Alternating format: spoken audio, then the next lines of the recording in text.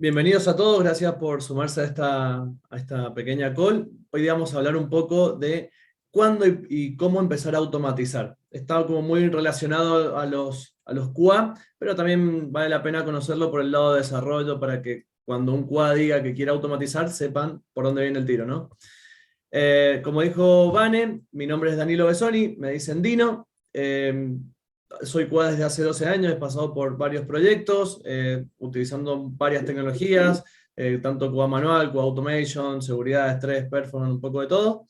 Y actualmente participo activamente en Undercode y doy clases de QA en QARMY, así que me trato de mantener siempre al día. Vamos a empezar hablando, no voy a meterme en detalle absolutamente todo, pero sí vamos a mencionar algunos conceptos que es importante tenerlos en cuenta para que puedan terminar de entender bien toda la charla y ver de por qué esto de automatizar. Por ahí cuando surge mucho el tema este del tester y del QA, todo el mundo lo suele confundir, como que son lo mismo, pero en realidad son dos cosas distintas.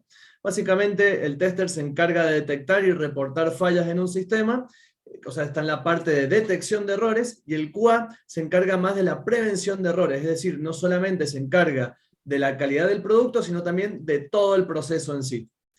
Esa es la diferencia entre el QA y el tester. Y ahora en un rato van a ver por qué era importante aclarar esto. Esta metodología, o sea, ahora vamos a hablar un poco de metodología de trabajo, hay varias metodologías, tenemos metodología tradicional, la de cascada, Kanban, Scrum, que es esta de la que vamos a hablar un poquito ahora, Scrumban, etc. Traje a la mesa Scrum porque es una de las más utilizadas hoy en día en las empresas de desarrollo de software. Básicamente, se basa en sprints semanales, por lo general se suelen tener sprints de 2 semanas de trabajo, en donde el product owner, que es el dueño del producto, trae una idea de proyecto que quiere hacer, prioriza las tareas, se las explica al equipo, el equipo la desarrolla en esas 2 semanas de trabajo y tenemos como una demo final en donde le mostramos al cliente el trabajo hecho, ¿sí? En este interín de que los desarrolladores están haciendo esas funcionalidades que nos pide el cliente, ¿qué es lo que hace el QA o qué es lo que hace el tester? Bueno, el tester lo que hace en esas semanas de trabajo, o al menos en la primera semana, que es cuando los developers están haciendo las funcionalidades, empiezan a crear lo que son casos de prueba. Los casos de prueba es una documentación que hacen los QA o los testers, en donde se escribe todo lo que se le va a testear a un software o a una funcionalidad. Es decir, no sé, en el Sprint 1 vamos a hacer el login y el registro. Entonces se espera que en la historia de usuario, en donde está la documentación, tengamos bien especificado cómo quiere que sea cada funcionalidad. Ahí no sé quién está con el micrófono abierto, que entra un poco de ruido, si lo pueden mutear. Creo que era o el Pepo o el Nico y los muteé. Bueno, en las historias de usuario que va a escribir el cliente, vamos a tener todas las especificaciones de qué es lo que él quiere. Y en base a eso, los QA elaboramos los casos de prueba, en donde vamos a testear justamente que funcione lo que quiere el cliente, tanto casos positivos como negativos. Yo en esta PPT que les pasé al principio por el chat, después de última vuelvanlo a compartir, les he dejado algunos links, por ejemplo acá, vamos a abrir rápidamente. Es una plantilla a casos de prueba, un ejemplo de casos de prueba de cómo se ven. Estas son de formato checklist, se utiliza un Excel para ello, y acá vamos a ir colocando todo lo que le vamos a probar a un sistema. Por ejemplo, verificar que se pueda loguear a un sistema utilizando credenciales válidas y verificar que no se pueda loguear al sistema utilizando credenciales inválidas. Acá podemos crear más poniendo, no sé, dejando la contraseña vacío, poniendo el mismo usuario y la misma contraseña, no sé, todo lo que a nosotros se nos ocurra que le podamos testear al login, lo vamos a ir detallando acá paso a paso. Esos serían los casos de prueba. Sigamos. No sé si pasa. Bien. Una vez que tenemos armados los casos de prueba, podemos implementar diferentes tipos de testing o diferentes estrategias de testing. Yo acá también les dejé el link a este blog, que la verdad que está bastante interesante. Acá menciona el ISTQB, los que por ahí han estudiado conmigo, los que son QA saben qué es el ISTQB, es como la certificación más grande que tienen los QAs, ¿sí? Bueno, y ellos dicen que, o sea, según el ISTQE, hay 116 tipos de pruebas distintos. Acá ellos los detallan a todos los que hay, tienen varios posts, está bastante buena esta publicación por si después la quieren ver, en donde, bueno, tenemos por ejemplo las pruebas aleatorias y nos explica qué significa, pruebas basadas en diseño, en el negocio y todo eso. La verdad que está muy, muy bueno. Pero las más frecuentes o las que más se suelen utilizar cuando vamos a testear un proyecto son estas dos, el smoke test y la regresión. No sé si son las más comunes, por ahí hacemos varias más, pruebas de integración, exploratorios, etc. Pero sí estas, yo creo que en todos los proyectos que he estado se las ha nombrado o casi todo el mundo sabe de qué se trata. Y de esto vamos a hablar un poco ahora, para que vean que todo esto para poder llegar a por qué automatizar. Bueno, tenemos el smoke y la regresión. El smoke o pruebas de humo es para evaluar que el núcleo o lo principal de la aplicación funcione correctamente. Por ejemplo, si tenemos una aplicación bancaria, si entramos a la página del banco, lo más importante del banco que es que se puedan hacer transferencias bancarias, que pueda comprar dólares, que pueda consultar el CBU, etc. O sea, lo que no puede fallar nunca. Todo eso va a ser parte de nuestro smoke test. Esto se suele utilizar cuando se hacen deploys, por ejemplo, de un ambiente a otro, o cuando pasamos a producción. Lo primero que se hace es ejecutar los casos de pruebas del smoke, justamente para ver si el sistema está andando o no. Capaz que puede fallar algo, pero al menos no va a fallar lo principal. Por eso es que son las pruebas de smoke o de humo. Y se le dice de humo, esto viene un poco para atrás, porque cuando colocan, por ejemplo, caños de gas, lo que se hace es insertar humo adentro del caño y por ahí se pueden ver por dónde pierde, o sea, rápidamente pueden ver por dónde pierde. Y de ahí viene el nombre de pruebas de humo. Y la regresión es evaluar que todo el sistema funcione correctamente. ¿Sí? Esa es la diferencia entre uno y el otro. El smoke es como que va más al grueso de la aplicación, a lo principal, y la regresión a todo lo demás. Volviendo al tema del sistema bancario, el smoke sería que pueda realizar transferencias y todo eso que mencionamos recién, y la regresión sería, no sé, poder cambiar la foto, poder cambiar el nombre, otras cosas que por ahí no utilizamos con mucha frecuencia, pero que también son importantes, ¿no? Esa es la diferencia entre uno y el otro.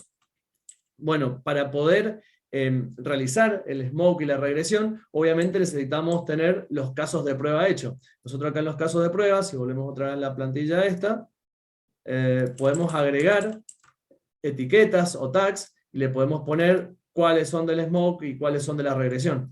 Obviamente en algunos casos van a coincidir ambas dos, porque obviamente un test case que está en el smoke es importante y también lo tenemos que tener en la regresión. Entonces cuando decimos vamos a ejecutar o vamos a correr una regresión o un smoke, lo que hacemos es filtrar los casos de prueba y ejecutamos todos los que digan smoke. ¿Sí?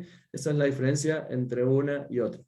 Y ya que estamos acá, también voy a mencionar otra cosa más que suele ser por ahí pregunta de entrevistas, de trabajo, o que también lo suelen preguntar en el ISTQE, en el examen final. Y es, por ejemplo, nosotros acá, obviamente tengo solamente 2 casos de prueba, pero podríamos tener 1000 casos de prueba, que es lo más común tener, o 500 casos de prueba, dependiendo de qué tan grande sea el proyecto. Y por ahí los desarrolladores nos entregan las cosas a muy último momento. ¿Cómo saber por dónde empezar o qué ejecutar y demás? Bueno, justamente por la prioridad del caso de prueba. Nosotros, la prioridad esta del caso de prueba es diferente a la del bug. Esta la suele poner la debe poner el QA, y es en donde nosotros decimos qué tan importante es esa prueba para el sistema.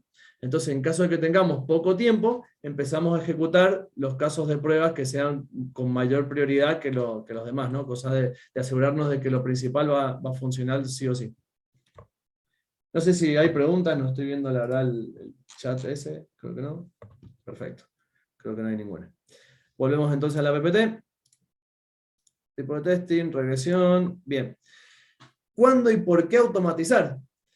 Bueno, ya vimos los casos de prueba que son, vimos que un poco también la estructura esta de cómo se va desarrollando el software, cómo va creciendo, porque en el sprint 1 capaz que hicimos el registro y el login, en el sprint 2, no sé, para poder consultar el CBU, en el sprint 3 para hacer las transferencias y demás.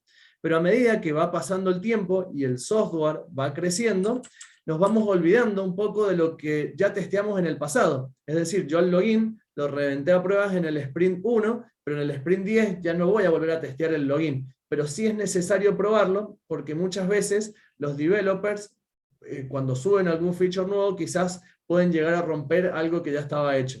Justamente por eso también se hacen las regresiones, para poder detectar ese tipo de fallas.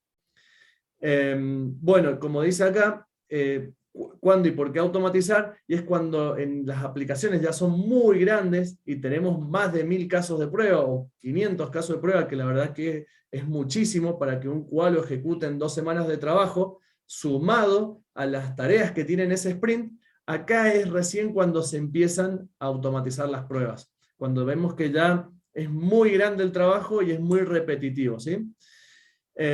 Acá, bueno, acá lo resumo un poco. Cuando el esfuerzo de los QA manuales es muy grande, es decir, que tienen que ejecutar muchos casos de prueba, y cuando esas pruebas o esas tareas son muy repetitivas. Ahí es cuando verdaderamente se empieza a automatizar. Bueno, ¿cómo empiezo a automatizar? Que esto la verdad que me lo han preguntado millones de veces, por dónde empezar, qué conviene estudiar y demás. Bueno, por ahí lo puse medio crudo acá en la PPT, que muchos QA manuales tienen miedo de ser QA automation o híbridos. Híbridos quiere decir ser QA manual y ser QA automation. Eso quiere decir QA híbrido. Que muchos le tienen miedo porque piensan que por no saber programar no van a saber automatizar. Y acá les puse un recordatorio que automatizar es crear script y no hacer un sistema de cero. Por ahí los programadores sí tienen que conocer mucho del lenguaje de programación en sí, porque, no sé, tienen que conectarse a la base de datos, crear API, hacer todo el front, los mapeos, etc. En cambio el QA no, el QA Automation solamente ocupa una parte de los lenguajes de programación, obviamente dependiendo de la complejidad que tenga la solución que está realizando, pero son como pequeños scripts, tampoco es que tienen que mandar un cohete a la luna. Entonces, si bien está bueno que sepa todos los conceptos de programación, tampoco es que requiere de muchísimos conocimientos. También me han preguntado qué lenguajes conviene. Yo acá enumeré algunos, o sea, mencioné algunos, como por ejemplo Java, JavaScript, Python, Ruby, C#, etc. Pero por ahí lo que más conviene es ver qué es lo que están pidiendo en el mercado y estudiar justamente eso. Por ejemplo, entramos a LinkedIn, nos fijamos si están pidiendo QA Automation, vemos en qué tecnologías y directamente nos metemos a estudiar eso, ¿no? Porque por ahí lo más común hoy en día suele ser JavaScript, que está de moda Cypress y otros frameworks más que vamos a ver ahora. Pero hay empresas que ya tienen soluciones armadas de antes y por ahí no quieren empezar todo de cero con tecnologías nuevas, entonces capaz que sí podemos encontrar frameworks que estén hechos en Java, en Python, etc. ¿Sí? Yo no sé si o no tienen ninguna pregunta porque explico bien, o si no han puesto ninguna. Recuerden que abajo tienen el cartelito ese de preguntas y pueden irlas dejando ahí. Bueno, acá les dejo también algunas herramientas para aquellos que quieran empezar a automatizar.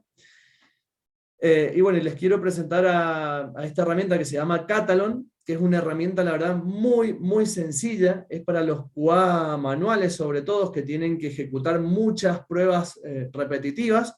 Acá les dejé también el enlace a un post que está hecho de cero, lo voy a agrandar un poco. Entran a la página, lo descargan y simplemente es un recorder.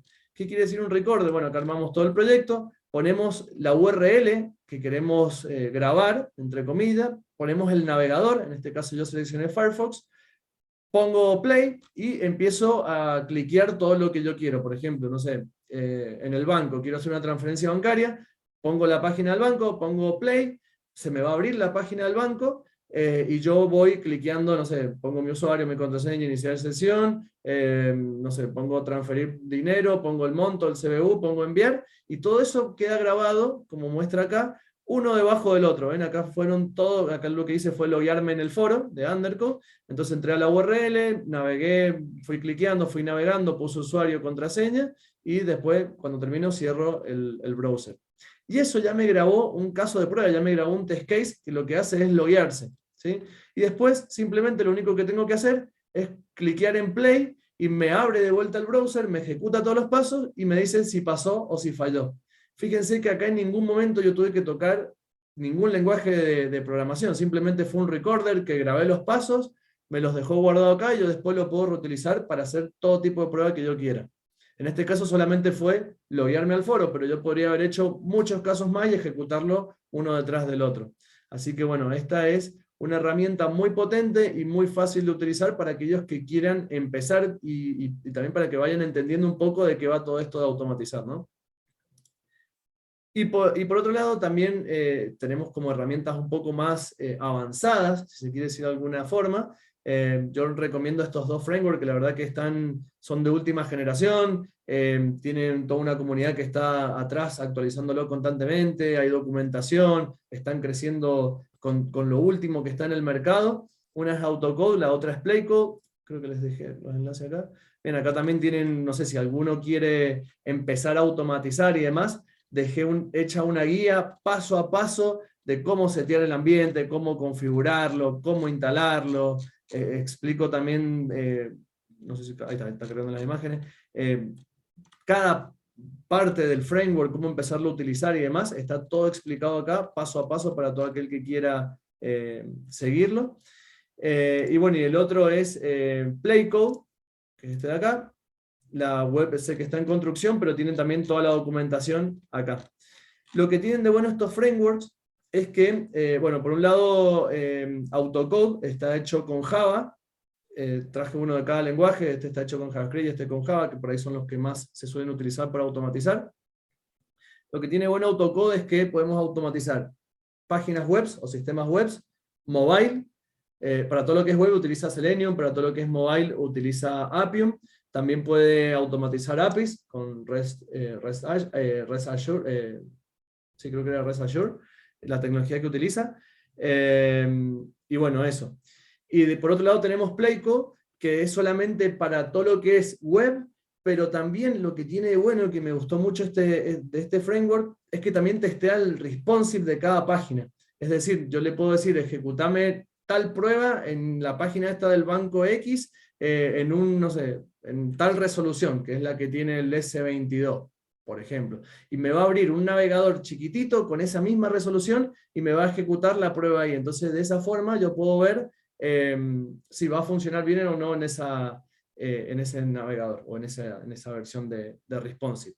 Y lo otro que tiene también de bueno es que puedo lanzar la misma prueba en varios navegadores diferentes al mismo tiempo. Así que, bueno, tanto uno como el otro, la verdad que son frameworks súper potentes que lo están empezando a utilizar cada vez más empresas. Y bueno, tienen muchísimo respaldo, hay mucha documentación, una comunidad que si tienen dudas pueden dejar las dudas ahí y siempre hay gente ahí dispuesta a responder. Y por último les traje un ejemplo, y con esto ya no les quiero robar mucho más tiempo. Este es un ejemplo de uno de estos frameworks, que es de Playcode. Simplemente es una prueba de concepto para que lo vean funcionar. Voy a ver si lo puedo poner bien en grande. Ay, no me deja ver. Ahí está. No sé si lo pueden ver todos bien, a ver si le puedo subir al máximo, ya está al máximo de la calidad. Bueno, igual lo tienen ahí en la PPT, lo pueden ver cuando quieran al videíto. Bueno, está hecho en JavaScript, como les comenté recién. Fíjense que simplemente tirando un solo comando, que es este de acá, en la consola que trae en este caso el Visual Studio Code, me ejecuta la prueba. Ahí tiro el comando, pongo Enter, y fíjense lo que hace. Abre automáticamente Chrome, va al login, pone usuario y contraseña y ya terminó la prueba. Eso fue todo, ya se logueó y ya pasó la prueba. Y acá si van viendo, voy a pausar el video, fíjense que dice Chrome y ya le puso el tildecito como que pasó la prueba. Y ahora está ejecutando la misma prueba del login en Firefox. Lo que hace es como levantar una especie de emulador de este navegador. Ahí ejecutó la prueba y pasó, y ahora está probando lo mismo en Edge. Ahí se lo vio. Listo, terminó. Fíjense que en cuestión de segundos, creo que fueron 30 segundos aproximadamente, yo creo que un poquitito menos, ahí dice 30 segundos, en 30 segundos ejecutó la misma prueba 3 veces en 3 navegadores distintos, que si yo esto lo tengo que hacer manual, posiblemente me lleve más de 5 minutos, para que vean lo rápido que ejecutan las pruebas. Por eso es que está muy bueno empezar a automatizar. Y acá, por último, esto los tienen ambos frameworks, tanto Playcode como AutoCode, que genera reportes. Acá lo podemos ver. Acá podemos ver que pasaron las 3 pruebas en los 3 navegadores. Bueno, acá tenemos todos los pasos que ejecutó y demás, cómo fueron los resultados, cuánto tiempo tomó cada uno de ellos y todo eso.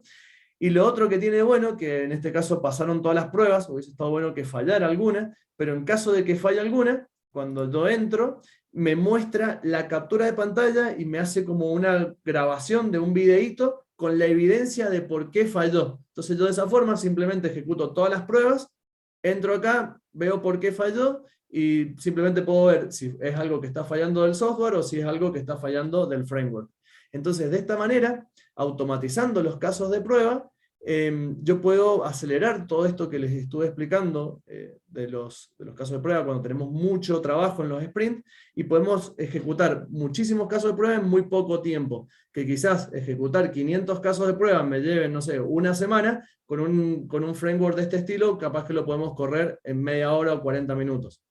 Dependiendo obviamente de la complejidad del caso, ¿no? Pero lo que se suele hacer es ponerlo que se ejecute automáticamente en la noche, entonces yo llego al otro día a la mañana, veo los resultados de las pruebas y simplemente reviso lo que falló y nada más. Entonces de esa forma ahorro aún más tiempo. Y lo último, y con esto ya sí terminamos, por dónde empezar a automatizar. Es decir, cuando nosotros tenemos un proyecto y les digan, bueno chicos, tenemos que empezar a automatizar y no saben por dónde arrancar, lo que se suele hacer es arrancar automatizando todos los casos de prueba del smoke, porque como dijimos anteriormente, el smoke testea lo vital de la aplicación. Y si eso ya está completo, que ya lo automatizamos, ya vamos agregando el resto de los casos de prueba hasta completar la regresión. Y eso es todo. Y no, tenemos Sí. algunas preguntas. Ahí las estoy viendo. Uh-huh. Bien, ahí Andrés pregunta sobre el web recorder que mostré, de Catalan, que lo tenía por acá abierto. Bien, yo acá me falta un paso. Cuando yo le puse grabar, me abre automáticamente un navegador, que yo eso no lo pude hacer acá porque como que perdía todo el hilo del post, no podía sacarle captura. Hubiese estado bueno hacer un video, que ya lo voy a hacer. Pero al momento de darle grabar, me abre un navegador con la página que yo especifiqué acá, y yo voy cliqueando y eso mismo me lo va grabando acá atrás, ¿sí? Que si se fijan, esta pantalla que está acá es la misma que está acá abajo, nada más que con los pasos grabados. Faltó justamente, bueno, acá dice que se abrirá un browser, en este caso Firefox con la URL especificada, y comenzamos a grabar el caso de prueba en sí, ¿no? En este caso sería el login. Entonces yo en ese Firefox que me abre, me logueo, me graba todo y ya lo tengo acá guardado. Y ahí sí vos podés reutilizar después pasos y demás. Una vez que ya tenés todo grabado acá, vos podés reutilizar algunos casos, o podés combinarlo. Por ejemplo, capaz que para crear un post tenés que estar logueado, entonces primero le decís que ejecute este caso de prueba de entrar al foro, de loguearse, y después que ejecute el otro, que sería de publicar el post. La verdad que está bastante sencillo, y como dije antes, no hace falta saber programar para utilizarlo. Y es muy útil para pruebas repetitivas. Un ejemplo tonto, una vuelta tuve que testear una paginación y tenía que darle siguiente a un botoncito 100 veces para ver qué pasaba después del número 100. Lo automaticé con esto y en cuestión de segundos ya lo pasó. Bien, ahí pregunta Martín Mácola, ¿qué ocurre cuando hay captcha? ¿Se puede automatizar? Sí. Me pasó una vez, capaz que ahora hay algunas cosas más avanzadas, pero en su momento, o sea, esto lo ideal sería tener un ambiente de automation en donde voy a correr las pruebas ahí, y lo que se suele hacer simplemente es desactivar el captcha. Y en otra empresa en la que estuvimos, dejaron el captcha pero como deshabilitado, solamente era un checkbox, entonces era simplemente darle clic, poner siguiente, y no hacía la validación del backend. Entonces de esa forma podemos evadir el captcha.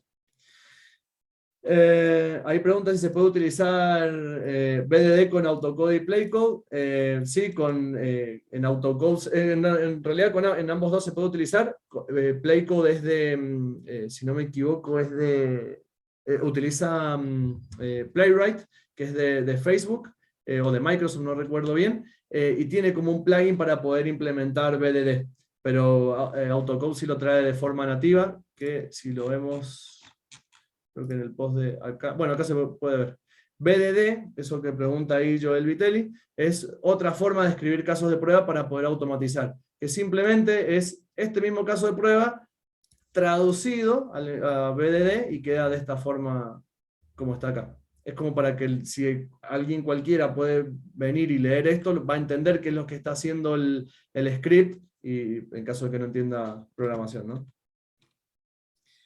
Bien, ahí preguntan también qué ventajas tiene usar framework como Autocode y Playcode en vez de utilizar Selenium o Cypress directamente. Bueno, la ventaja es que si vos haces un framework desde cero, como este que tenemos acá de Playcode, hacer toda esta estructura, directorios y demás, capaz que te puede llevar entre 3 y 4 meses. En cambio, utilizando un framework ya bien armado, simplemente lo descargamos y ya lo podemos empezar a utilizar desde el día cero. Esa es la ventaja que tiene. ¿Se pueden correr test en paralelo con Autocode y Playcode? Sí, se pueden.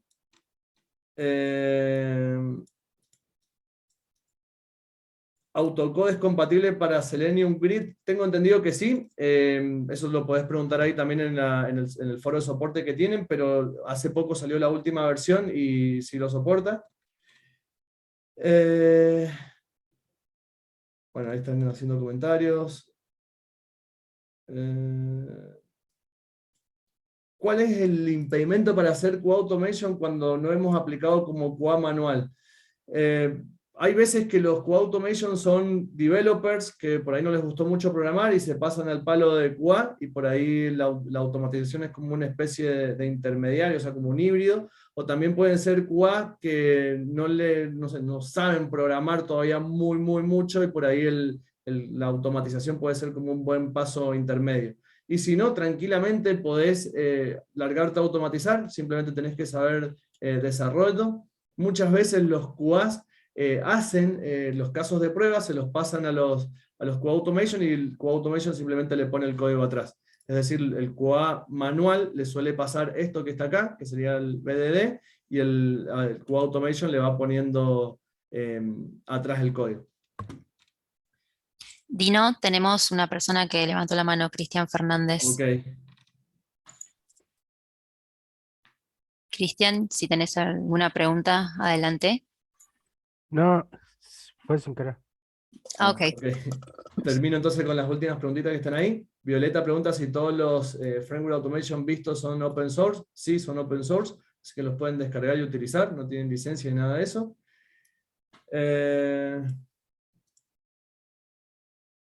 Ahí Julián pregunta si en esos frameworks se puede seleccionar abrir una ventana incógnito en vez de una normal. En realidad eso es indistinto, porque cuando estás automatizando te abre una ventana completamente nueva, sin cookies ni nada de eso, y si vos querés le podés especificar las cookies de sesión aparte.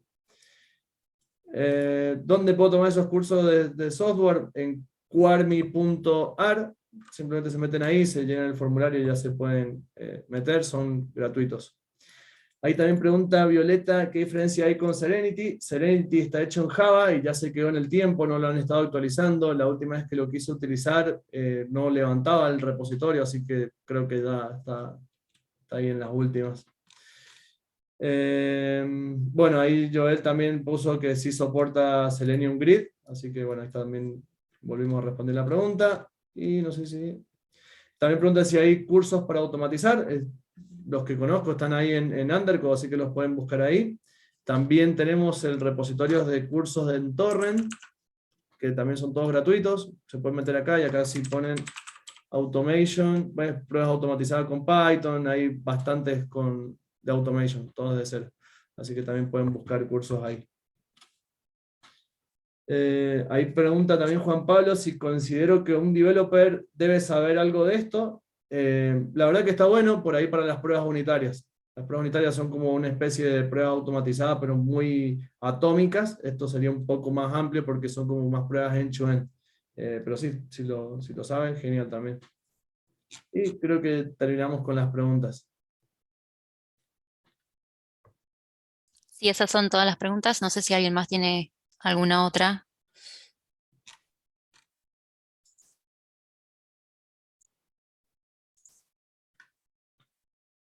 No. Pueden abrir sus micrófonos también, si quieren ¿Les gustó o no les hacer alguna gustó? pregunta. Felicitar a Dino. Felicitaciones, Dino. Está muy bueno. Dino. Genial, Dino, se entendió todo. Perfecto. Muchas gracias. Una Impecable, maravilla. Dino. Muy Mil claro como gracias. siempre, profesor. Totalmente. Excelente, Dino. ¿Querés poner la última slide, Dino? Sí, sí. Así le damos la información sobre la próxima charla, que va a ser el 27 de julio. El disertante es Sergio Ovelevich. Anis es sobre GitHub Copilot. Así que los esperamos. Están invitados a esas también. Y bueno, Genial. no sé si hay alguna otra cosa. Muchas gracias, Dino. Muchas gracias a todos los participantes y bueno, los esperamos en la próxima. Genial, gente. Y bueno, y muchas gracias también a ustedes por invitarnos, por dejarme dar esta charla y por invitar a la gente de Undercode. Así que bueno, nos vemos en la próxima.